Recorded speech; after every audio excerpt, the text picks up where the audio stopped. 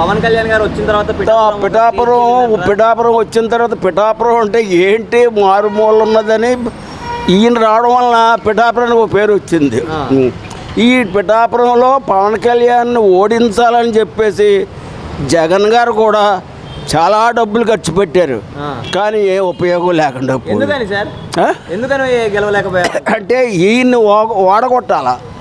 ఈయన ఓడగొడితే పార్టీకే పెద్ద దెబ్బ, ఆయన పార్టీకే దెబ్బ అని చెప్పేసి ఈయన ఓడగొట్టాలని చెప్పేసి ఈ ప్రజలంతా కూడా మరి ఎక్కడ చూసినా పవన్ కళ్యాణ్ అంటున్నారు, జనసేన అంటున్నారు.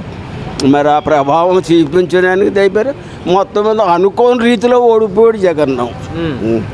అది ఇంకా అతను ప్రతిపక్షం లేకుండా ఓడిపోయాడు. పవన్ కళ్యాణ్ ని అసెంబ్లీలో కూడా అడుగు పెట్టనివ్వను అని చెప్పేసి అన్నారు కదా సార్. ప్రతిపక్షాన్ని లేకుండా చేశారు అసెంబ్లీలో. అది లేచారండి వాళ్ళే. అతని యొక్క అహంభావమే అతను దెబ్బేసింది. ఆయన ఏం చేశాడండి? ఏం పని ఏం చేయలేదు. రౌడీజాన్ని పోషించాడు ఎవరు? జగన్ గారు. ఆ రౌడీల వల్లే అతను నాశనం అయిపోయాడు. అది ఈ రోజున కూడా రౌడీల వల్ల నాశనం అయిపోయాడు.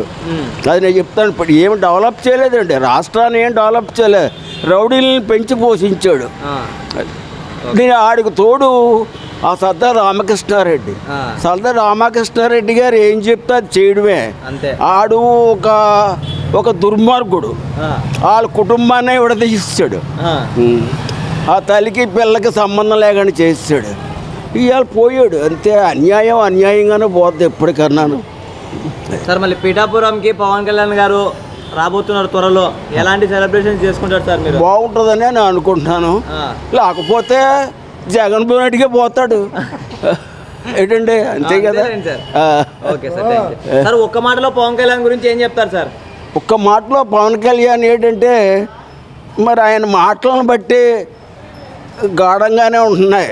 చేస్తాను, ఇది ఆధ్యాత్మిక ప్రదేశం పిఠాపురం, దీన్ని నేను ఆధ్యాత్మికంగా తీసుకొస్తానంటే, ఆధ్యాత్మికం అంటే దత్తుడి గుడి ఉంది, అక్కడ కుక్కుడేశ్వర స్వామి గుడి ఉంది, ఇవన్నీ కూడా దత్తుడు, ఇవన్నీ కూడా చూస్తే ఇది పెద్ద ముఖ్యమైన పుణ్యస్థలం అండి.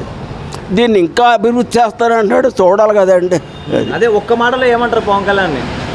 పవన్ కళ్యాణ్ పని చేస్తాడని నేను అనుకుంటున్నాను. Okay sir, thank you.